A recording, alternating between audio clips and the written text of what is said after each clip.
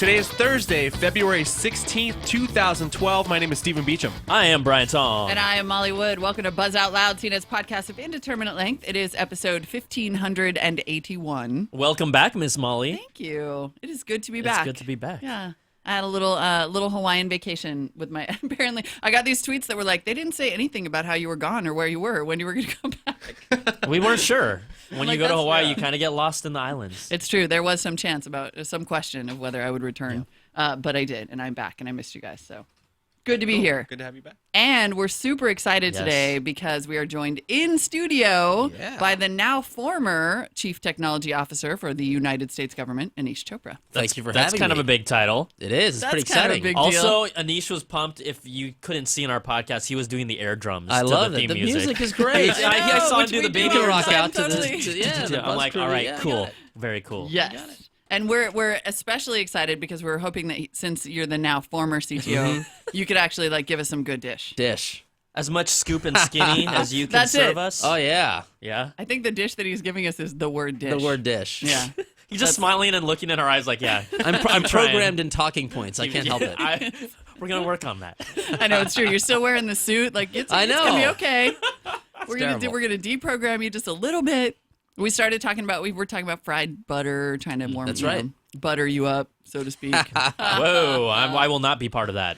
Okay, but the other thing that was happening, if you were watching the pre-show live, is that you have been furiously Googling Yes. over there because there is potentially breaking news happening right now pertaining to a big initiative of yours, yeah? Well, that's right. The president, in the State of the Union last year, announced what I thought was one of the most important long-term economic growth strategies, and that was to call for a national wireless initiative. You know, the country has clearly been at the forefront of the mobile economy. You know, we got the apps economy, the design, all of the key elements that have driven the economy in general are accruing to the United States for now. But if you go out 5-10 years and you say, okay, what does the future look like? We're congested on our proverbial roadways, if you will, the spectrum that we use to fuel up our various devices. There's a concern that there's a crunch, if not today, then in the near future.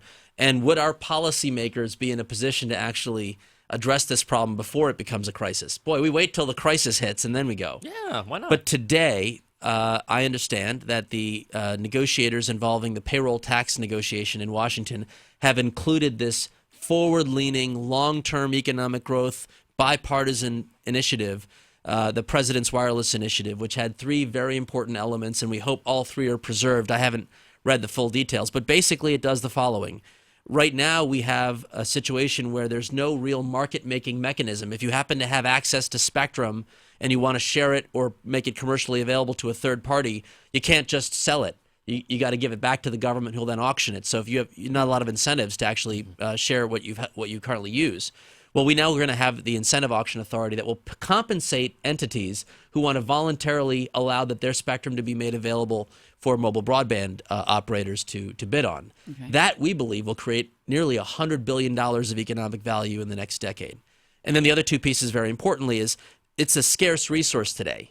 We need an innovation strategy that turns scarcity into abundance. So the president had called for research and development investments specifically around wireless spectrum sharing technologies so that we could see ourselves in a position over the next decade to open up more capacity, which is harder for us to do since we've got such congested use today. And then third, perhaps most important for our personal lives with your 5-year-old and my 5-year-old and 3-year-old, we want to equip our first responders with the same 4G technologies that our consumers have in America, but our first responders lack.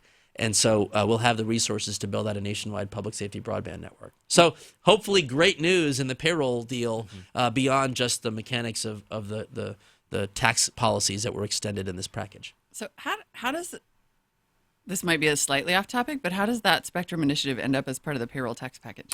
Well, this is a fascinating part of Washington. So it sweetens the pot?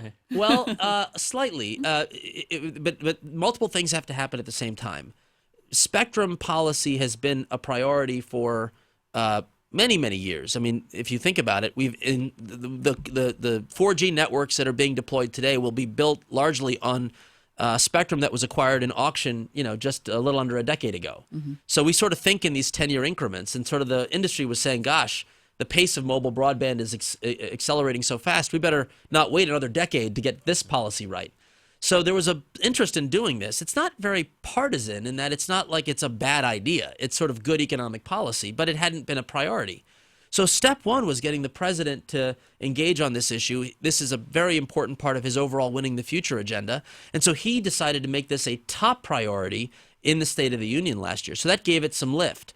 Then a bipartisan group of Senators Kay Bailey Hutchison from Texas and Jay Rockefeller from West Virginia, joined forces to put a package together in the Senate Commerce Committee, and it passed in a bipartisan vote. Republicans and Democrats, a majority of both, said yes to Senate Bill 911. That gave it a lot of political lift. It also happened to be a win-win-win policy in that it produces deficit reduction, it allows us to invest in the future, and it makes good on this public safety network. So who's opposed to a win-win-win? Well, when the payroll negotiations took place, I said, you know what? This has bipartisan support. This pays down the deficit. Why don't we incorporate that so that some of that deficit reduction could be used, in this case, to pay for some of the tax extenders that are in the payroll discussion? So because it had that history, that bipartisan support and the presidential commitment, I believe those were important ingredients to getting it in the policymaking process. So if you don't follow Washington day to day, you wouldn't kind of know all this minutia. But hopefully this coming together is an example of what we can do when we work together as a country. So what if all this spectrum becomes a good talking points, by the way? You are still really well trained. That's, I mean, 1, 2, 3. I know, the 1 and the 2 Good and the things 3. come in threes. Awesome. He's like, I know. stop. I went to school for this. This is how you're trained. He's like, stop calling. It's all wonderful. Good. It's all good. What No, if no, all we this like it. spectrum becomes available for auction and only Verizon buys it? I mean, is there some, provision That's for... one of the dotting the I's, crossing the T's legal documents are going to be under what conditions will the FCC be allowed to conduct these auctions? And so there's been this very important policy debate that historically the expert agency, the Federal Communications Commission, looks at competition issues, looks at market consolidation, looks at a whole variety of factors and makes judgments about how to run these auctions. And the debate is, to what extent will this provision constrain the FCC or liberate them? That's one of those details I was searching the net for to see if those details have been made available. We don't know. But my hope is you'll see not just the carriers participate, but you'll see a lot of other players step up, especially as we look to deliver on the public safety broadband network, because that will actually have a lot more of this sharing public-private feel, which might bring new players to the market than otherwise people would expect. Now, Aneesh, we know that we've seen kind of these results or surveys of where America compares with some of these other countries with their broadband speeds, with their coverage of their networks. And we have the National Wireless Initiative that's hoping to cover, around something like 98%. That's the vision, yes. That's the goal.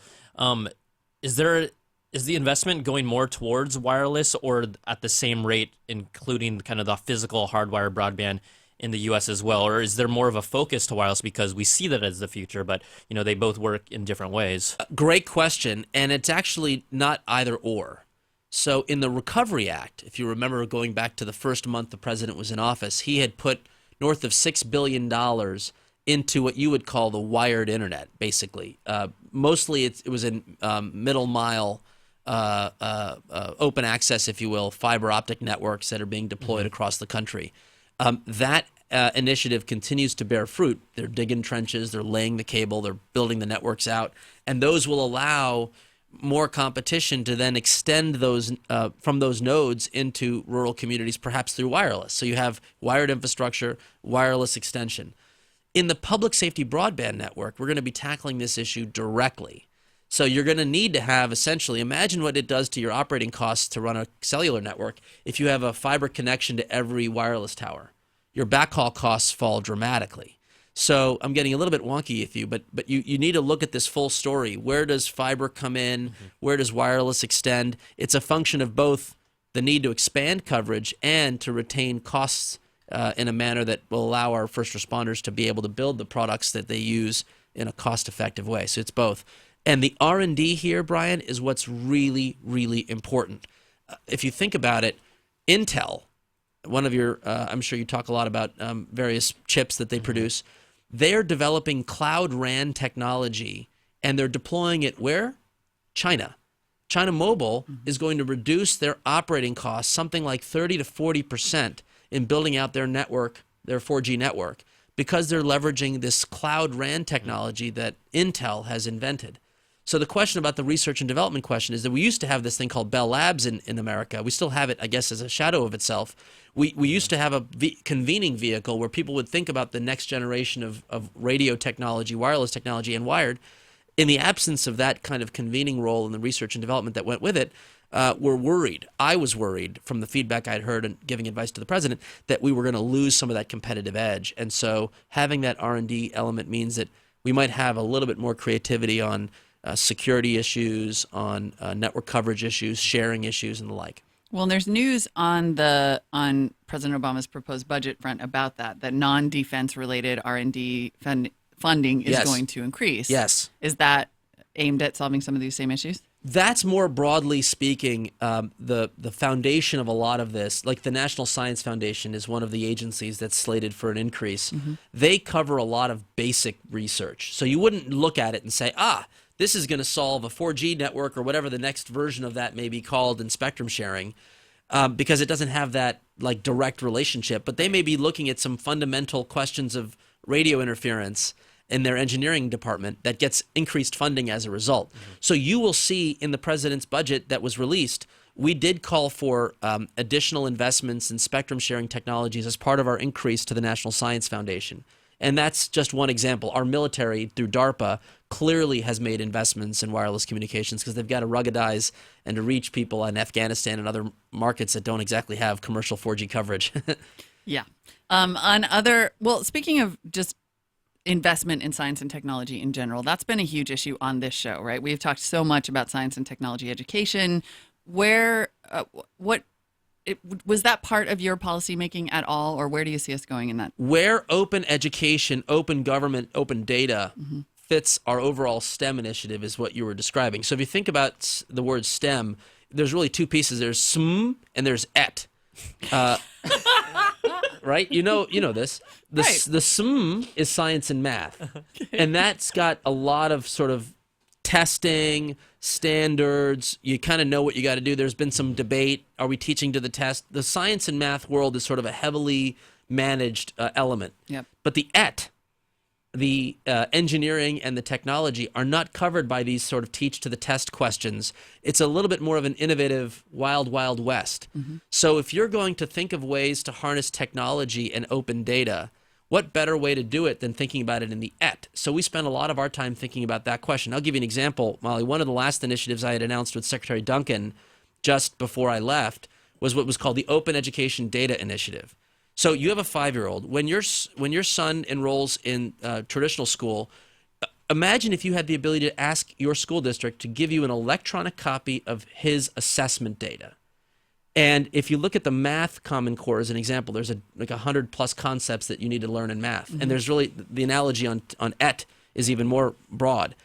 If you had that ability to take that information, now imagine the proverbial app store that's created that says, you know what, your son is falling a bit behind benchmark on these concepts. Here's a game that your kid could play that will allow you to master that given subject, and will report back in a standardized way how that information gets back to your school so they know that your child has figured it out. You've created a little bit more of this open environment for more innovative approaches to education if the data shares. So we called it the My Data Initiative. Mm-hmm. Parents and students should be entitled to electronic copies of their own assessment data. That's not the case as we have it today. You get a hard copy of your report card or a PDF version, which is not a reusable asset. So that's where they fit. When can I have that? Think I'm going to get that soon? Well, as part of the announcement. Virginia's going to get that? Amen. Yeah. Well, you better believe Virginia's in the vanguard. But no, in all seriousness, we did announce that Pearson and Houghton Mifflin, two of the largest student information vendors, voluntarily pledged that they would make that available to families this year. Now, the school districts have to turn that policy on. The military family school district, DODEA, announced that it was going to do its fair share. So the way we do a lot of these public-private initiatives, Molly, is that we have the federal government act as a convener. We sort of nudged the industry to make these announcements. We took it on ourselves to say where we have the data ourselves, in this case the military school systems, we'll eat our own proverbial dog food and commit to this. And you'll see this happen. Look, in healthcare, it took 90 days to get the Blue Button live, and we are now north of 800,000 Americans that have downloaded their personal health data via Blue Button. And it's not just the military and the VA and the Medicare folks that have used it. It's available Aetna, Walgreens, United, all these major private sector companies have pledged. So I hope the same spirit, and if we get to it, green button too on energy. You want to be able to download your energy data and We all would the love apps that will be there. That's live here in California. Yeah. 6 million Californians are live now, thanks to this 90-day sprint to get my energy data via green button download. So we can go on for hours, and I don't want to be lecturing, but that's this is how technology and innovation can actually make a difference in issues that matter to the country in healthcare, energy, education. And then on the private side of the public-private initiatives, what do you think about things like Google's Solve for X initiative? And you know, so the Obama administration, that was the first time that you'd ever had a true sort of office of tech policy, and that's wonderful, and clearly will continue. And tech is a huge part of everybody's lives. But do you think how much of these innovations are incumbent on the private sector, or things like Solve for X?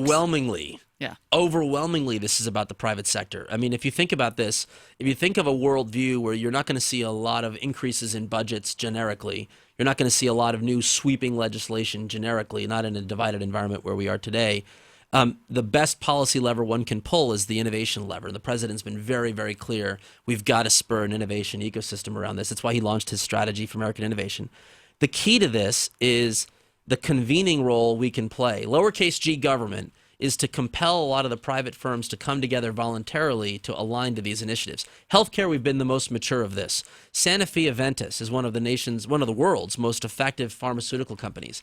They voluntarily chose to run a data diabetes design challenge a year ago, where their money, their initiative, but they announced it at an open health data symposium that Secretary Sebelius launched. They found an unbelievable array of startups and entrepreneurs. A group of kids from MIT won their contest that demonstrated how to passively collect your data in terms of your diabetes, your monitoring of your health data. They, after winning this very interesting contest, they were able to secure $1.7 million in angel capital. They've hired 7 employees. Now they've got a startup in America. So big companies collaborating through these open initiatives, finding little companies, launching their own platforms for innovation. And we have an open tent. We have always said we should be celebrating more of this as opposed to just sort of legislating them or mandating them through some kind of budgetary aspect. Very cool. Now, Aneesh, we also wanted to transition over to everyone. You know, we're probably going to can't ask let you you about leave What are we going to talk about now, Brian Tong? maybe SOPA and PIPA. Remind me PIPA? what that is exactly. Now, you know. Well, how would you define them, actually? So I got to tell you, let me make one just general observation. Yeah. This is, I think, an incredible story of American civic participation. Okay. Now, just to kind of keep score a little bit, I have to be honest in saying I have personally believed that this issue of online piracy is hurting American jobs. So just for the record, I do believe this affects middle-class families in not just the entertainment industries, but a number of industries that rely on IP-based exports especially. So let me begin by saying we acknowledge there's a problem. That was the first paragraph, if you will, in the statement we released a couple weeks back. However, what was incredible to us was normal Washington is Congress does its thing, and then when it gets ready to pass a piece of legislation, they will officially ask Washington for a statement of administration, the White House, for a statement of administrative position. That is Washington speak for when we are on the record, whether we are in support or opposed to any particular legislation. And that's, in this context, would have been months, maybe weeks, depending on how fast the thing was moving. It was certainly not going to happen when we issued our statement at the time. However, because of the We the People platform, which is one of the president's signature open government initiatives, we didn't talk much about open government, but that was a big part of the work that I had to do. My colleague Macon Phillips put a very simple tool up on the website that said, if you sign this petition and more than 25,000 Americans sign the petition, we will respond to you. You'll essentially be asking us for a statement of administration position. And we had over 100,000 people sign petitions asking for our views in SOPA PIPA. Now, there were a lot of them saying, we think these are bad policies and react. So what was fascinating about this discussion was the mechanism that led us to make our public statement was the American people asking for it, which is not what would have been possible even 6 months ago. We didn't have a tool. We would have waited for the insiders in Washington to kind of make us, here's what lobbyist A wants in B and C, and here's how congressional panels A, B, and C are engaged, and sort of an inside the beltway strategy. Not because it's good or bad. It's just that's the nature with which Washington works. So this was powerful. Do you feel like, I think there's a sense within the tech community that we could probably have the argument about jobs later. I hear you. But I think there's a sense within the tech community, certainly, that industry is overrepresented in terms of crafting this legislation, but also within the Obama administration. No, the latter is definitely untrue, because if you think about it, go down the list of tech policies where they didn't hire a lobbyist. Right. Startup visa. I didn't come up with that idea. None of us in the White House had that idea. A bunch of ragtag volunteer tech entrepreneurs and angel investors visited us on a single afternoon with a really compelling idea, and you heard the President of the United States endorse it in May of last year. And we've administratively attempted to get close to that, but you need congressional legislation to close the door. So on startup visa, look at even beyond startup visa, all of the administrative reforms the president called for in the Startup America legislation that he called for in the State of the Union. Those ideas came from not lobbyists inside the Beltway folks. Those are from entrepreneurs, investors. We called it the Mitchell Commission for Kate Mitchell, getting a network of volunteers to put their ideas together. But what about all the ex-RIAA guys in the Justice Department? No. I mean, in terms of intellectual property issues specifically. But again, remember, you have to separate implementation of existing law, which is what you're describing as the Justice Department's role, and the introduction of new laws. In the introduction of new laws, that is a White House process. I'm a principal in that process, and I'm not saying it's either or, i.e. you have to understand the interests of tech versus the traditional industries, but I'm open to hearing that feedback, and not just me, my colleagues. So I think it's safe to say, if you read our memo, which basically spoke about the concerns we had on DNSSEC, the importance we placed on voluntary industry standards. Molly, let me ask you a question. Right now, if the DOD wanted to pay for an online ad package that asked the ad networks, don't put these on sites that we believe to be sources of this sort of inappropriate online infringement, tell me if today they could buy that package. You know, cable used to have that family package. Can I buy that ad network package today? That says filter out certain sites? Right. I would think no. Right now, it's not. That's right. Well, but I'm not sure that I want you to be able to, because what is the filtering mechanism for determining whether those sites are hosting infringing content? Right now, it appears to be just the market should react. If the market is, if you ask the same question, what defined a family channel for the cable networks that offered that? I'm just getting that as an example. Yeah. The market reacted, and people said, no, this deserves to be in the package. No, this doesn't, and you'd have this debate. But voluntary industry contract negotiations are much more nimble and agile in their ability to adjust to the demands and the changes of circumstance than law. So if you think about it, but industry seems to, at least the entertainment industry, seems to be trying to write law instead of adjusting. I've got to the feel like demands as you know, from our side, looking from, let's say, the outside, yes, in the government and what's happening with SOPA and PIPA, we don't feel like they get it, because first of all, during the hearings, right, there were no really technical people that were asked to speak on behalf of the opposition of SOPA I'm not and going to PIPA. speak to the Congress on this. I won't. I guess you got it. I just want to. I'm just curious from your perspective and what you know.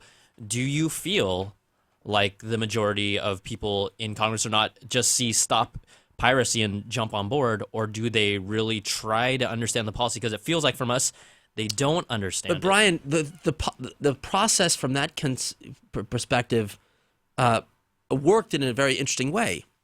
You're right. If I walked into your office and said, let me tell you something, I got a piece of legislation that will stop bad people, potentially mafia or whatever you want to describe them to be around overseas, from taking American intellectual property and hurting American jobs. And oh, by the way, you've got the business community, you've got the intellectual property holders, Hollywood and other stakeholders. You got labor unions. You got pretty much everybody saying we think this is an important thing to do. It's a good first step. Who wouldn't find that an appealing thing to sign on to? Right. The good news about the way our democracy works is that as details emerged and as people got a little bit closer to how these things would be implemented, questions were raised and folks had a chance to be heard. Now, I can only tell you what we in the White House did. We acknowledged the problem. We've always acknowledged the problem. We're very open to creative solutions that are voluntary in nature because that's what we can do, we have authority over. And we heard specific feedback from all parties, especially around the mechanics by which this would work in terms of DNS blocking and the like. we ran a thoughtful, data-driven process. It was not lobbyist-driven. It was not, inside the Beltway. We listened to experts in Washington, outside of Washington. I picked up the phone. I reached out to friends and folks to get data and evidence. And I would tell you, I would take anyone to take a look at our response and say, boy, does that look like it was data and evidence driven, or was that looking like it was talking points and lobbyist driven? And I would tell you very sincerely, we were data driven. So from then to address a more sort of White House specific question, Yeah. what about ACTA? So this is a fascinating question. You asked me this question a year and a half ago. When I did. visited. I just Not keep you. It bringing was what's his name? Tom? No. Your DC Declan. Declan. Yes, I believe it was Declan. probably. Yeah. I have a lot of questions about ACTA. Issue of ACTA. Let's just start with basic principles. ACTA will not require any change in U.S. copyright law. Period. There were concerns about the process, which is it was hidden from view, in secret, etc. If you followed each round of the negotiations, as that feedback was heard by our offices, the U.S. Trade Representative started publishing these texts so you could see the language. So I think when all was said and done, there was a fear of ACTA because it was unknown, and therefore, if unknown, bad things could happen when you can't shine a light on it. But when you actually sort of looked at the text, to the best of my knowledge, most of the feedback that I've heard is, yes, that is a reasonable policy. Now, one could have a separate political debate, should this be a managing amendment versus a treaty and get Congress? I'm not going to comment on all the minutia of how it becomes law or how it becomes life. But I will assure you, it does. I saw some of the reporting about how this is like worse than SOPA PIPA. That is, to my mind, absolutely wrong. That may be a fear, but not truth. That's the way we looked at it. So what do you think before we'll let you off the hook here. Thank you. Because just for because those. you have a day to get to. Just for those that were listening, ACTA stands for the Anti-Counterfeiting Trade Agreement. Just Yes. because we kind of threw out the acronym without explaining, what that actually is. Yes. Yeah. So just Thank to you. let And just people- I know totally. What about but Molly, I would what say- about bleep blurb blurb? But just one more comment on it. This is important to know. There are legitimate American businesses whose physical goods are counterfeit around the world. Yeah. And if you ask them, what legal relief do you have? Literally, countries around the world, big markets would say, oh, even if the person is found guilty, let alone how hard it is to get them guilty, the penalty is a $5,000 penalty, slap on the wrist, and move on with your life. So even if you're successful in getting someone tried, the penalties do not reflect the economic effects. So Do you think it's possible that we need that's to the concern. separate digital piracy from counterfeiting? Because it seems to me that when we conflate the two, because really, I mean, at least the evidence from my eyes, even from the General Accounting Administration shows, or General Accounting Office shows, that there is no proven mechanism for calculating losses around digital piracy. Well, I'll separate whether or not you can measure the loss, which I think is a healthy debate, Okay. from whether or not the principles should apply in both cases. And to me, the principles that we've always endorsed, one of my signature areas of focus was setting a set of internet policy principles that we're taking around the world under the leadership of our team at the OECD and my deputy, Danny Weitzner. Karen Kornblue, our ambassador to the OECD, they have gotten 34 countries to embrace these principles. And one of those key principles is the importance of multi-stakeholder collaboration. So, Molly, the question is not, should we do DNS blocking? Yes, no. Which I people don't think could it say, is. I'm just wondering if anti-counterfeiting laws should apply to digital piracy, or if that's a different area of They discussion. should, because those, to me, if you think about the methods by which the interventions to solve the problem, you'd want to have embracing the same philosophy. So the philosophy in this example would be, what are the mechanisms that the industry could engage on voluntarily with its partners to reduce the effects of some of the overseas internet piracy problems. I think more can be done in following the money, in addressing issues of the, what are the methods by which we get, ad networks, for example, to agree not to, in a voluntary way, to offer products that allow folks to avoid the problem of having been associated with bad sites. That to me can be done in a market-driven model, enforceable and endorsed by policymakers. That's the theory. All right, we have to let you go now. I mean, we totally want to talk about patents and 50 million other things, but we will free you. Yes. But what are you going to do now? Can you tell us? Are you going to give us the scoop on your next big rumblings thing? of Lieutenant Governor? I know. Virginia. What's going on here, Aneesh? I my number one priority is to keep going on the jobs and industries of the future work that we did. So one of the questions is, we served up a lot of these opportunities in open health, open energy, open education data, but they haven't yet translated to every community in America. And so I want to find a way on the other end of this, that is, as a citizen, how could I bring these ideas home and actually create the jobs of the future in communities, whether it be in Virginia or elsewhere.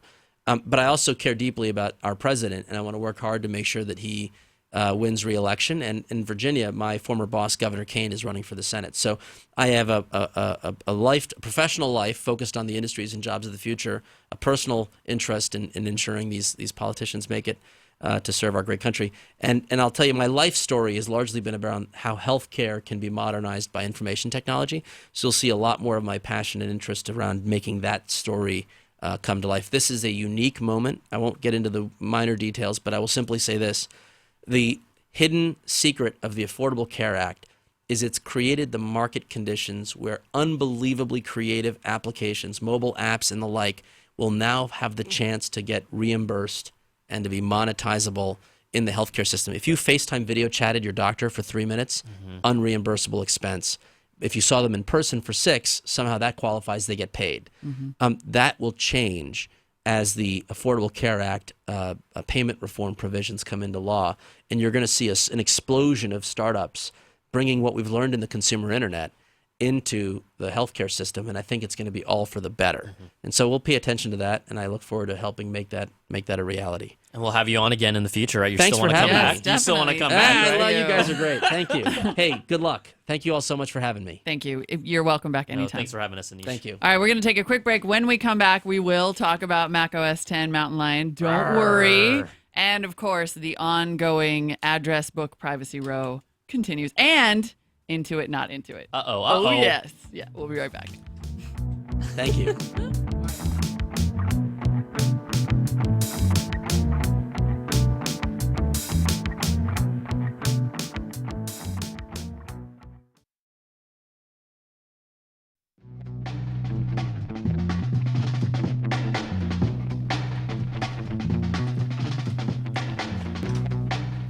All right, guys, welcome back to Buzz Out Loud, CNET's podcast of indeterminate length. We are back here in the house. The showmance The showmance goes on. The showmance is on. Yay. You know, Man, it's been forever. I want to apologize for my, 2 you should apologize to absences. us. Yeah. I To know. me and Steven. I made them insane. Like for what I up and went to New York on virtually no notice, which was not exactly my fault, but still, I did. And then was like, oh, by the way, I'm going on vacation. And then I was going to move the thing, but then Eli had a fever, and so we couldn't. I have been a nightmare. Well, Molly, I owed him Valentine's flowers. we accept your apology, but I think you also might need to apologize to the chat room, or maybe explain your current phone situation. Because How dare you? Because I'd like to hear what's going on. What's the latest news? How'd the Samsung Galaxy Nexus go for you? This is my fault. Like, I shouldn't have said anything about the Galaxy Nexus on Twitter, but I was convinced that was going to be it. Like, the Galaxy Nexus is the phone that we were all waiting for.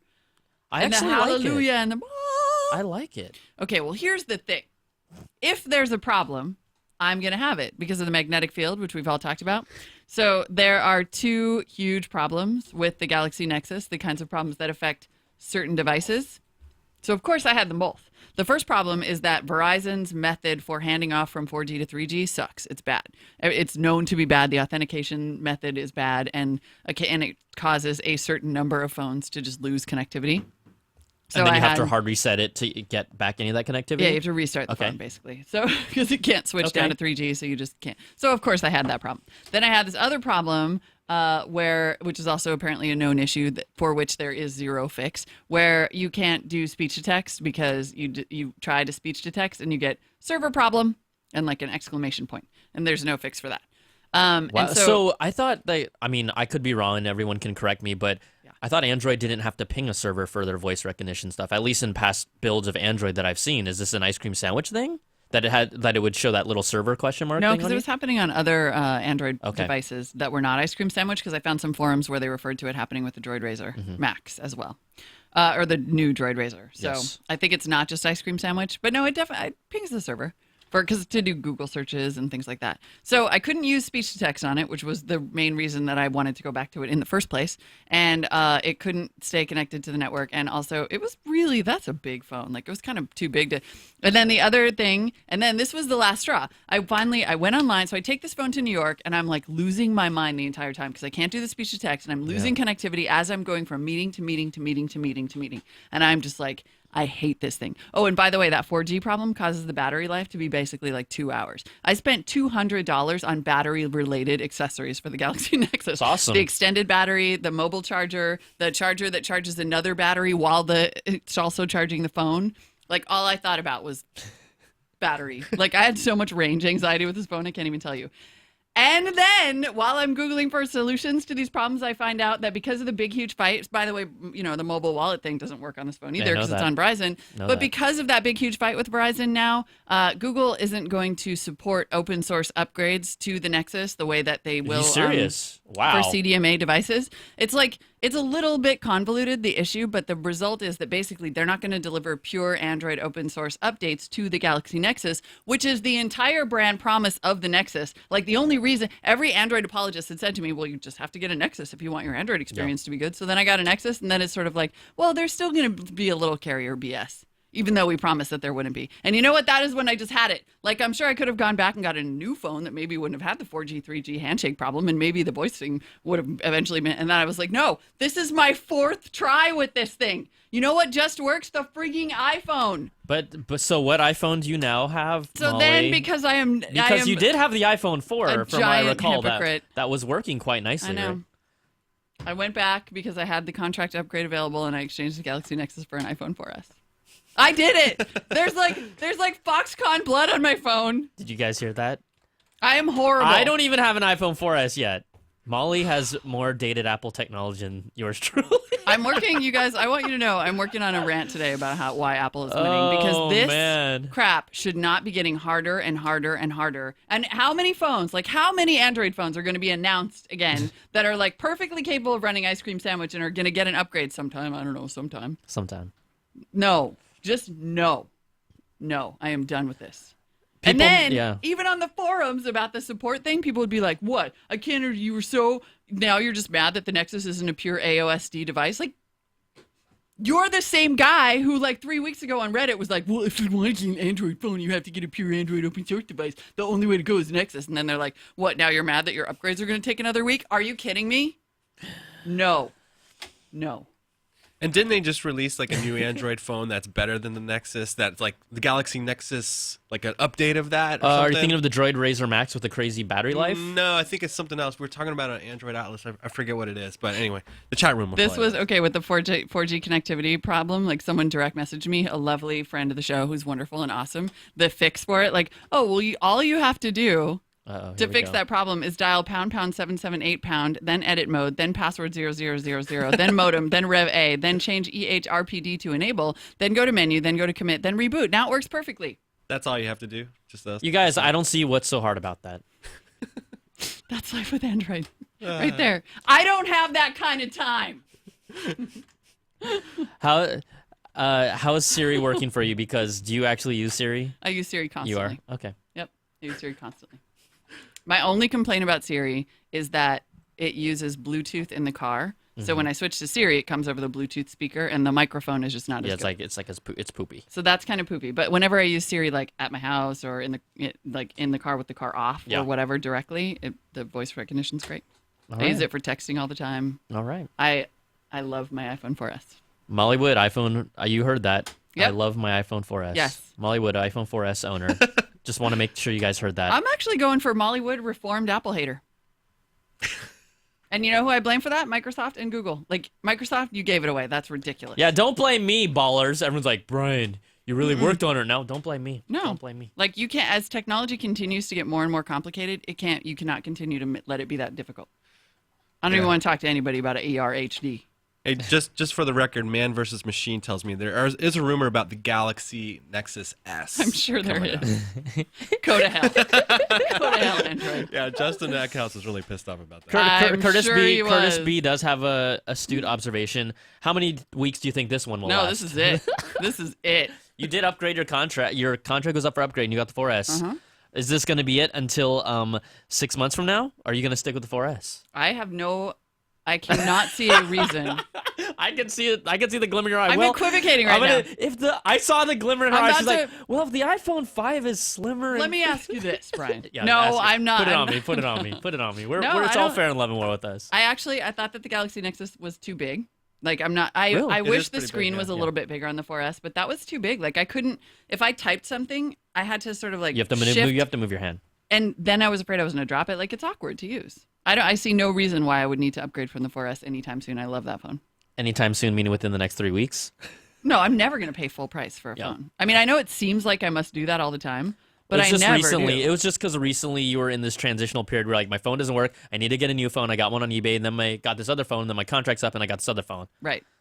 So it felt like I mean, I You got followed along I with got that. 3 phones in 3 months. Pretty Basically. much. Pretty yeah, much. during your whole phone saga, I've been rocking the iPhone 3GS. It's fun. Hey, do you want to buy my old iPhone 4 that I bought on eBay? Possibly. Oh, I'll, wow. I'll give you a good deal on it, and I'll throw in the CNET case. Hey-o. The offset. I mean, sorry. The logo. That's a little scooched over. Okay. Anyways, we All wanted right. to address that, and we have tons of other things to get to, We which do. we will hammer away. First up, the big news of today really is Mac OS 10 Mountain Lion. It really blindsided and came out of nowhere. I was laughing because I did a search for it yesterday. Obviously, CNET was able to get their hands on it ahead of time, so we have all the details on our website on our front door. But I was laughing because I did a search for Mac OS 10 Mountain Lion. Not a single article appeared, right? So a lot of people were pretty much blindsided by this. But what this really does, more than anything, this is really now, as we had talked about on the show with previous hosts and guests, really bringing iOS and Mac OS 10 full circle, more deeply integrated than ever before. You have your iCloud integration. Now the messaging app that you've seen on your iOS device, the iChat is now turned into its own messages that can talk cross with all these other Apple devices. You have things like your own reminders and notes that sync up. AirPlay mirroring from your Mac now directly talks to your Apple TV. Wow. I thought that was a killer feature. You're also going to get pretty much everything you could think of on iOS. Facebook integration, Vimeo and Flickr integration. They have this new share button that's going to be pretty much predominantly on most of their apps. So you can share stuff socially directly through the apps. Overall, it's going to be fun. It's a nice, solid, just iOS integration through and through. Yeah, I mean, the thing is, it's the operating system that closes the loop on their ecosystem promise. Mm-hmm. And that's going to be very interesting to watch because they've always obviously been in the lead when it comes to integrating their devices in a way that other manufacturers can only dream of. That was sort of the topic of our next big thing, Super Session at CES. This is like the OS, I think, that they're hoping will pull it all together. Yeah, and also one thing I forgot to mention, if a lot of Apple fans were fans of this application or this kind of plugin called Growl, that would pop up notifications on your screen of like anything that's happening. They also added notifications taskbar into Mac OS 10 Mountain Lion. So it's iOS features through and through now. Well, it's also pretty hilarious, and they're in fact replacing iChat with iMessages. With even. Messages, Like, yeah, they're exactly. Changing That's the name, exactly I guess. there. Yeah. Yeah. But it's pretty funny because, like you said, this news came out of nowhere. I even was just like, didn't Lion come out like 8 days ago? I'm so confused. She's like, wait, what are you talking What about? I'm just like, no, happened? check this out. It's like the new OS. And then it comes just as everyone was talking about Windows 8. Like Windows 8 was finally starting to get some mind share, some little attention from Tech That's Meme true. or whatever. That's true. And then all of a sudden it was like, whoop, bam! Nevertheless, there is still some Windows 8 news, which is apparently Fujitsu they showed off a Windows 8 launch destined for Q4 2012. So they may have inadvertently revealed the release date for Windows 8. Although, frankly, that doesn't Who seem knows? that... Yeah. Well, and that doesn't seem that shocking to me, right? Like They're going to release like a Q4 kind of a 2012 public seems like- version. about the time. They're going to release a public version like the end of this month, supposedly. And if you hope that development goes okay, we really have to see it by 2012. I've got them. I There's agree. no way we don't see it in 2012. And if we don't see it in 2012, it's that's horrible. Get it done. So I think we're going to see that in 2012. Also, one other quick thing that I wanted to mention is because this whole Mac OS 10 Mountain Lion announcement came out of nowhere and is featuring their OS, I really think this points to an even bigger WWDC? Because this is typically news that they spend an hour of their time at WWDC. So this is no rumor that we're starting, but this has got to be that they're going to be focusing even more on this whatever beautiful, great, amazing iPhone 5 and maybe even iOS 6. Like WWDC typically shows off the operating system as a major part of it. When is WWDC? In June. Yeah, you're right. So this intimates to me that there's going to be even bigger news. iOS 6 would not be a surprise. Yeah. And some big thing about the integration between those two. And more for than sure. anything, the iPhone 5, obviously. So. Obviously, yeah. Obviously. Obviously. I was actually just wondering the other day if there was going to be another iPad pop-up store at South by Southwest like there was last year. Well, we'll find out. I bet there will be. We'll find out if on the announcement around the 7th of March. Yep. We'll see. I can't imagine what could be in there that would. Anyway, let's not. That's not in the lineup. Let's keep rolling. Let's keep going. Twitter is now under fire as the whole what apps actually update or upload your entire address book from your phone. Everyone. It turns out everyone. Path last week got in all this trouble as people discovered that they were doing that. What's interesting about Path is apparently at first their CEO said, "Oh, we're not doing that.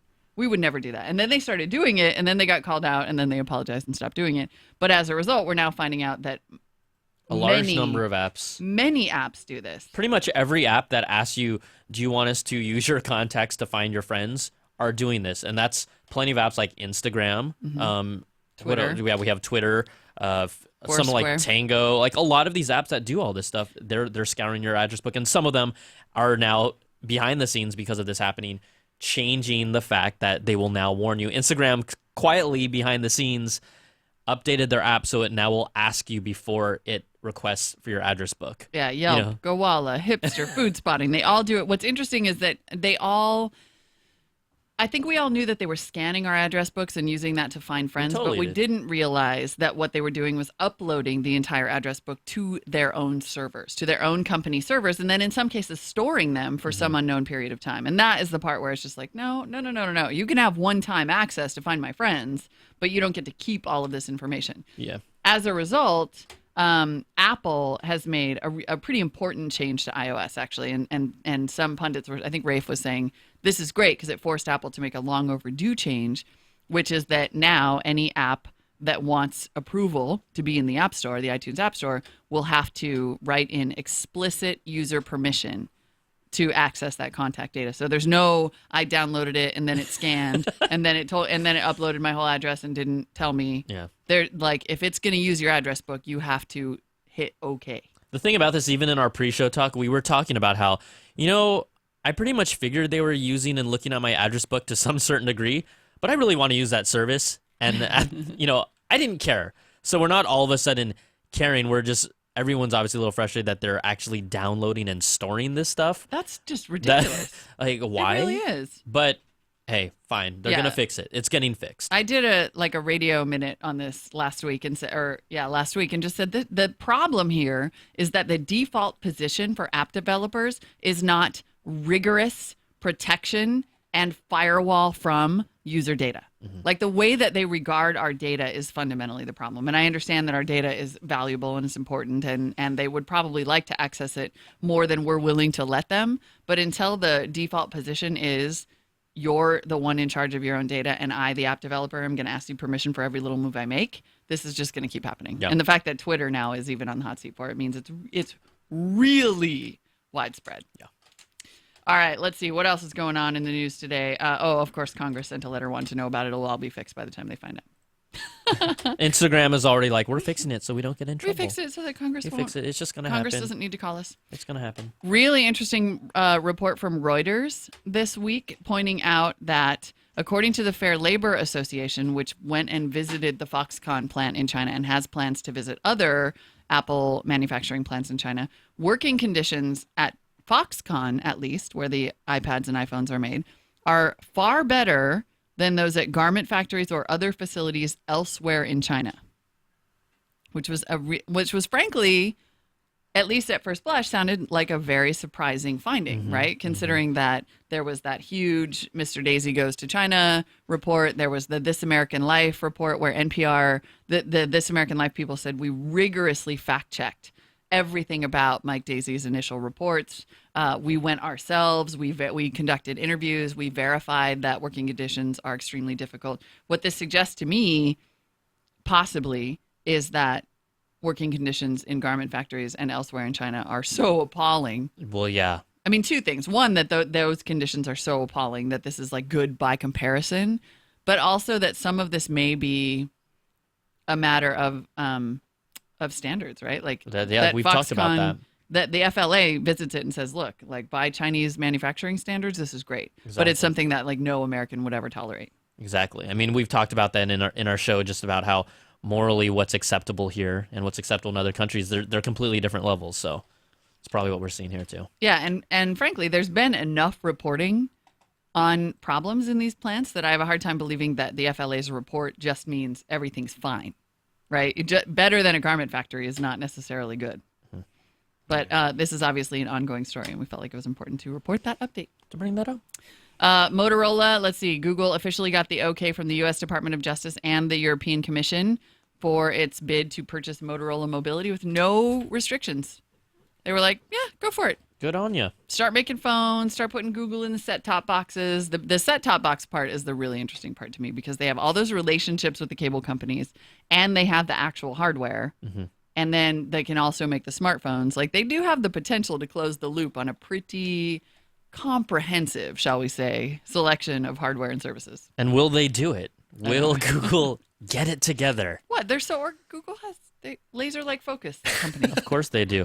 After that deal, as it's coming to close, HP CEO Meg Whitman kind of chimed in on her own kind of spin on this, saying that a closed source Android, because of their partnership with Motorola, could create a big that's if they decide to close it off. Mm-hmm. And Google has outright said we're not going to, but Meg is hoping that maybe it could create an opportunity for WebOS in the long run. I think it's good to be optimistic. Yes, definitely. I think that Google would love to close about 80% of their market share and just work exclusively with Motorola in their own ecosystem. It's going to be really interesting to see if they do that because it makes a lot of business sense for them to do that. But to be more effective and to be more focused and to come out with a dedicated product platform, it makes sense. Mm-hmm. But I don't know. But they've been so committed to saying that it's open, but it's open without being open. So it's true. They may just do a version. They may say, here's the open source version. Here's the version that runs on Motorola phones.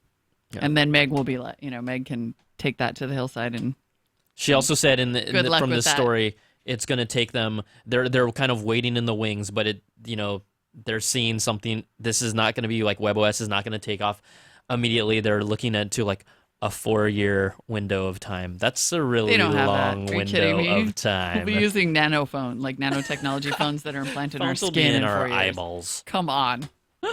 Facebook has launched, this is kind of a big deal. Facebook is now launching verified accounts. So if you're a public figure, you can verify your account and then opt to use a pseudonym or a preferred nickname instead of your birth name. Which is a huge change for Facebook, which has always been built on real names and real identities. Well, it's time to bring out the Molly Hood pseudonym. BTZ will be there. Asian Usher. Nostratongus. Asian Usher. I mean, I could go on. That's my favorite one. They do say, though, it's not about, the real name is going to show up right there, too. It's not, you're not going to be able to use it to pretend. It's basically so you don't subscribe to public updates of imposters. I don't want to know the name of some celebrities. Their real names? Yeah, I don't want to know their real names. Like Lady Gaga. Stephanie Germanotta. Yeah, not cool. They're like the mystery. I knew that. The guys that use the actors that use the total different names that aren't their names and you don't know. I wonder, can she sign up? She can use a verified account to verify that she is Stephanie Germanotta and not just some other Stephanie Germanotta. And then she can display her name as either Stephanie Germanotta Lady Gaga or just Lady Gaga, but then in the About page, it would show up as Stephanie Germanotta. This is a very good practical example of how it's going to be implemented. I'm really happy I learned about that. I like that name, Stephanie Germanotta. All right. Should we go straight into our favorite part of the show? Yes, let's do it. Let's do it. Steven has been so kind. Chomping at the bit over here. Here we go. Chomping at the bit. I'm into it. I'm not into it. All right. Let me get this set up here. Here we go. Oh, that's not the right one. Here we go. Okay. All right.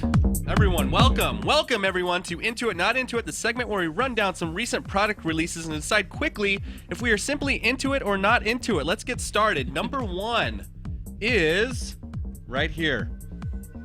Number 1, Google's HUD glasses have been spotted, which allow a user to see the world like the Terminator using high-tech heads-up display and cameras. Mollywood, are you into this? Into it, but kind of want to implant. Brian Tong, are you into this? Can't look any worse than a Bluetooth headset. Into it. Correct answer is I'm into it. This is for the ultra geeks out there. I'm into it, but they gotta lose the nerdy douche tooth thing. Douche? Douche tooth? You're talking about Blue Douche Tool. tooth, You're talking yeah. about Blue Tool, not Blue Douche Tool. Tool. Yes. Blue Tool. Okay, moving on. Number 2, a Russian wireless carrier called Telco Megaphone is encouraging its customers to be bandwidth hogs by offering vacation deals and cash for the top 3G data hogs. If they can use up to 419 gigs within 1 week, they can win a free vacation. Mollywood, are you into promotions like this? Not into it. This sounds like a scam. They're just trying to get your info somehow. This is not, don't do it. Brian Tong, are you into I don't this? have the time. I'd rather style my hair. Not into it. The correct answer is I'm into it. If I can win a vacation to go to Hawaii for watching videos on my phone, I'm going to do it. Come on. I'm going to do Oh, it. come All right, on. number 3. The cryoscope lets you feel your forecast. You touch this metal cube and it tells you what the temperature is outside that day. Mollywood, are you into this? Not into it. Why can't I just have my... I have my phone for that. Yeah, Brian Tong, are you into this? I'm able to detect the temperature by just walking around my house naked. guys- Not into it. You guys are both correct. I'm not into it. I'm going to stick my head out the window. Yeah, Come on. overkill. Okay, Yeah, for reals. number 4. Amazon is having rumors about building brick and mortar stores where they will sell actual physical books. Mollywood, are you into this? I'm into it. Brian Tong, are you into this? Physical books? Actual brick and mortar stores where they're going to sell actual physical books. Only books? Analog. I'm And other stuff, of course, yeah. I'm not into it. Okay, correct answer is Brian is right. I'm Thank so you. not into it. Amazon is cool because it's on the internet. This defeats the purpose. I'll go to Best Buy. All right, moving Really? on. Have you been to a Best Buy lately? I haven't, no. Amazon's going to be nice stores. Some of those girls at the registers are cute at Best Buy. Okay. Into it. Yes. Number 5. Into the girls at Best Buy. Into it. Number 5. And Kindles. They'll sell Kindles. Yeah, It's Okay. the only Sell thing they'd Kindles there. sell. Okay, number 5. The good folks at Levotics have created Kissinger, which is a smooching robot for virtual makeout sessions, which allow you to make out with your loved ones across the interwebs. Mollywood, will you make out with this? Not into it. Look, it's like a cow bunny freak show Wait, thing. I think there's a video down here That's too. the scary. No, guys- no. You guys, I'm in a long distance relationship. No. Brian Tong. I'm in a long distance relationship. Into it. Yes, that's the correct answer. I'm very into it. I see other applications for this. Too dirty to mention on the show. Oh, Moving dear God. on. Dear God. Dude. Okay, moving on. German designers have created Pageant, a heat-absorbing robot that collects heat and then disperses it in other places where it is colder. Mollywood, are you into heat-seeking robots? Into it, because I'm cold all the time. It's freezing I'm in a here. girl. I feel like there's a ghost in the studio I'm into right now. it It's right freezing. now, exactly. Yeah. Brian Tong, are you into this? Into it. Cold parts on my body need to get warm. You both are correct. I'm so into it. I want this thing to follow me around all the time, stealing people's heat and giving Plus, it to it would me. finally prove to the facilities guys that something's wrong in my office and it's extra cold in there. Yes, thank you, Germany, for making the Pageant robot. And finally, Danke, Deutschland. number 7, Connect Star Wars is launching April 3rd. Need I say more, Mollywood? Quickly, please. Into it. Brian Tong. Oh, for sure. Into it. Correct answer is we are into it, and this has been Into It, Not Into It. Let's all dance and rejoice in Star Wars Connect. Ow! All right. All right. All right. Well, was that little swirly? Did that just happen to be perfect timing there? I think it was. That was Yeah, awesome. that was outstanding. Kismet. All right, guys, enough of what we're into. We want to hear what you Love guys are into. We have our feedback loop. Let's hit it. Hey, Buzz Out Loud. Whoops. Whoops. There we go. That's the right one. Okay. All right. Yes, last week we talked about Redbox and some of the things they were doing. Sam in Cleveland wanted to give us his input about Redbox. Hi, this is Sam in Cleveland. I wanted to call in about Buzz Out Loud, episode 1580, talking about the story about Redbox.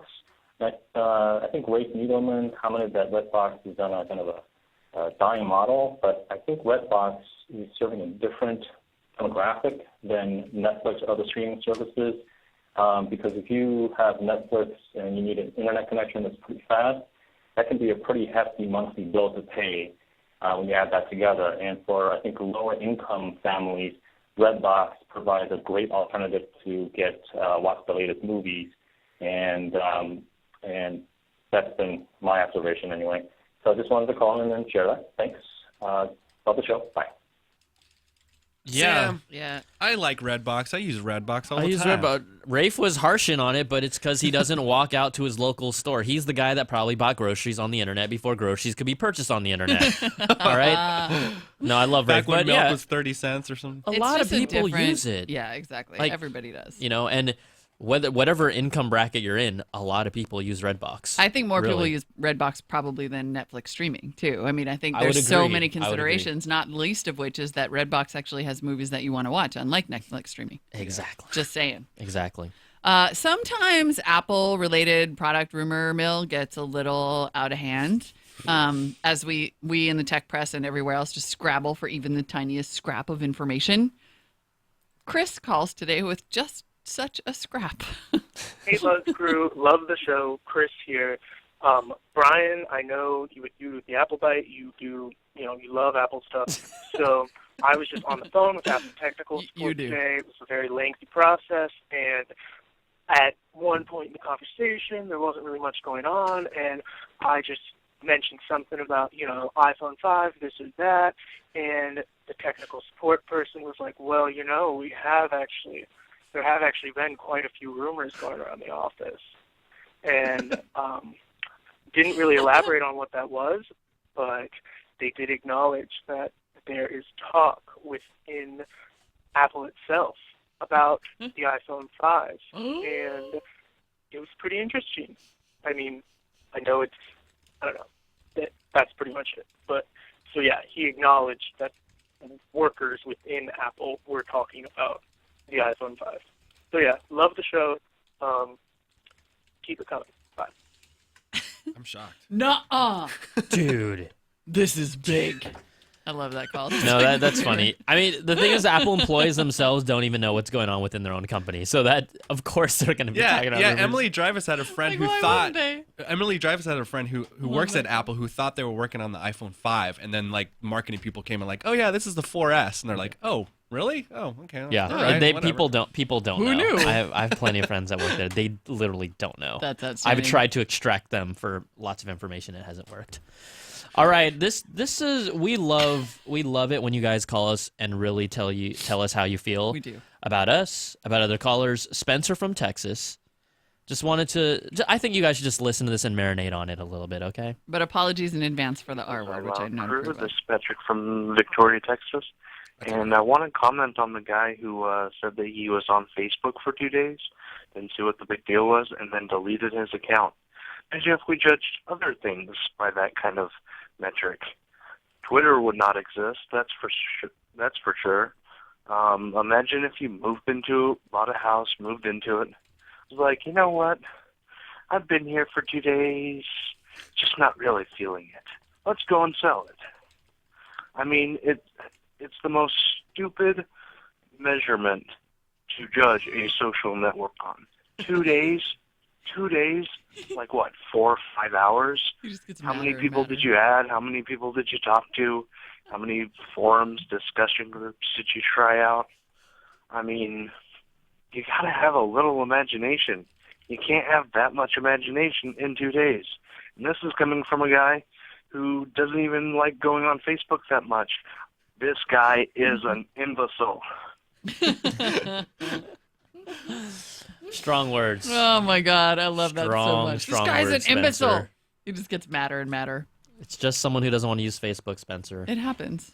It happens. It happens. T. Petty Rocks in our chat room, otherwise known as John in Orlando, writes in and says, it's interesting to note that Redbox has moved to purchasing DVDs upfront from distributors in order to avoid the studio windows, is exactly the opposite of what Netflix did in 2000. Netflix switched from upfront purchases through distributors to a revenue sharing model with the major studios. The rev share model allowed Netflix to grow its library cheaply and keep in stock highly demanded movies, but the overall cost was higher with the rev share. Furthermore, the studios have taken more of Netflix's competitive advantage by implementing windowed releases in their current deals. I think Redbox is making a great move because over the rental life of a DVD, this represents decreased revenues for the studio, so maybe they'll start to move away from the windowed release.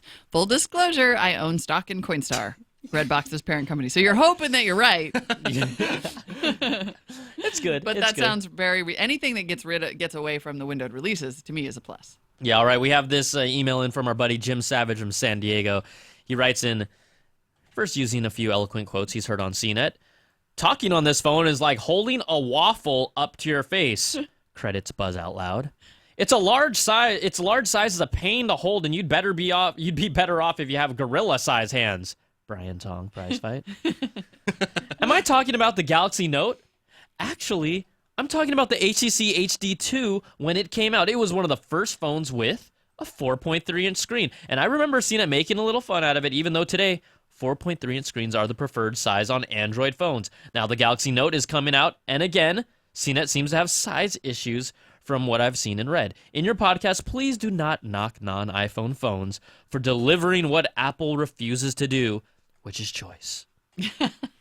Jim, Which is choice. I challenge you to put that in your pocket and not have a girl look at you funny. The Galaxy Note. It is the bulge of bulges. It's the gadget of the week today on on Buzz Report, and I mean from the side, it's just come on. You know, we didn't get to talk about, but I'll just show it for 2 seconds. Here's my gadget of the week, baby. PS Vita. This is my PS Vita. This is my PS Vita. Molly was like thoroughly enjoying this thing. I was really. This is my PS Vita. I was drooling like that thing is fun.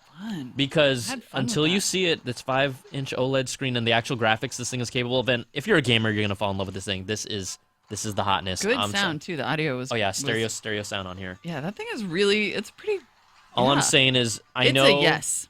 I was against it because I'm like, do I need another device? But as I had to speak to my gamer roots, and I'm like, you know what? I'm gonna do this because I love games. Absolutely. So we'll see how it fares out in the market. All right, our last email today comes from Jack W., who says, you guys and many others have complained a lot about Android fragmentation over the past 2 years or so. However, I think the real problem lies not in the software, but with how people think of Android. That's right, you're thinking about it wrong. Right now, people think about all the phones running Android as Android phones. That sounds like it makes sense, but then people start to complain about Android phones being too different and not getting updates and so on. But if you started calling Samsung phones running Android Samsung phones, Motorola phones running Android Motorola phones, and HTC phones running Android HTC phones, the fragmentation will seem less existent. To me, the only Android phones are Nexus devices. This way, custom user interfaces seem less intrusive because you're not using a Google device, but rather an HTC, Samsung, or Motorola device. For example, when I look at an LG phone running Android, I would be infuriated if I thought of an Android phone ruined by LG's custom skin. But if I just think of it as an LG phone with Android as the underlying software, I can accept it. I still won't buy it, but I won't be as angered if it never gets updated past Gingerbread because it's not actually an Android phone. Doesn't Android seem nicer now? Yeah, you have to trick yourself to like it. That's why I bought an iPhone. Also, if those older versions of the operating system are insecure, then I don't care where they're coming from. Like, that's not acceptable. But that is a good mental trick, and I like it. Oh, that's hilarious. And that is our show for today. You're totally like, yeah, I got nothing on that one. I mean, I'm just sitting here. I feel like, hey, welcome to the club again. Welcome back. It's good to be home. Welcome back. It doesn't make me cranky. That's actually what I told like my son about it. He's like, you got a new phone again? You're my 5-year-old. I'm like, you know what, baby? This phone doesn't make me cranky. That's the important thing. Yep. All right. bol.cnet.com is where you can find a link to today's shows and all our past shows and all the links to the stories that we talked about today. Oh, yes. And you can email us and call us. I was writing, and she called me at the same time while I was writing. I've done that to Molly before.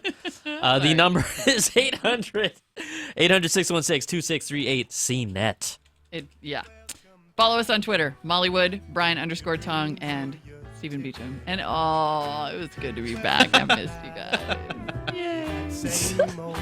We'll see you next week. When we have Computer Love coming up next week. Oh, that's right. Send us email.